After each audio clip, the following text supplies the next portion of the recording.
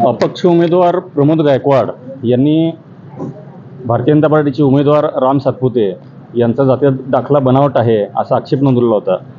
परंतु तो केवळ फक्त 4 ओळींचा आक्षेप होता। त्या पृष्ठेवर त्यांनी कुठल्याही प्रकारची कागदपत्र कुठल्याही प्रकारचा पुरावा दिलेला नव्हता।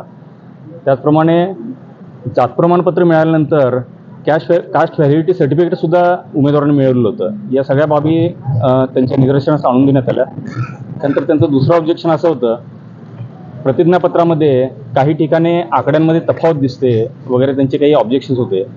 परंतु त्याचं अचूक समाधान योग्य पद्धतीने कलेक्टर साहेबांसमोर निवडणूक निर्णय अधिकाऱ्यांसमोर केलेलं आहे। आणि त्यानंतर तिसरं ऑब्जेक्शन जे होतं ते कन्क्युरन्सचं होतं। त्यांचं ऑब्जेक्शन असं होतं की 2019 साली जे काही प्रतिज्ञापत्र दिलेलं आहे त्या प्रतिज्ञापत्रातल्या काही बाबींवर त्यांनी आक्षेप होता त्यांचा, आणि ते प्रतिज्ञापत्र खरं आहे की खोटं आहे हे ठरवण्याचा अधिकार किंवा औचित्य या कोर्टाला, इथल्या कोर्टाला नाही आहे। त्याचप्रमाणे त्यांनी त्यांच्या अर्जामध्ये कुठेही उमेदवारी अर्ज रद्द करावा अशी काही मागणी केलेली नव्हती। याउपर त्यांनी आमदारकी रद्द करावी अशी काहीतरी मागणी केलेली होती, आणि ती चुकीची होती आणि ते ठरवण्याचा अधिकार या मंचाला नाही असं आमचं म्हणणं आहे। सगळ्या युक्त्या झालेल्या आहेत आणि सायंकाळी 6 वाजता याचा निकाल जाहीर होणार आहे। प्रणिती शिंदे यांच्यावर काय आक्षेप आपल्याकडून काय आक्षेप घेतला? मी भारतीय जनता पार्टीचे उमेदवार म्हणून प्रणिती शिंदे यांच्याविरुद्ध आम्ही कुठलाही आक्षेप नोंदवलेला नव्हता।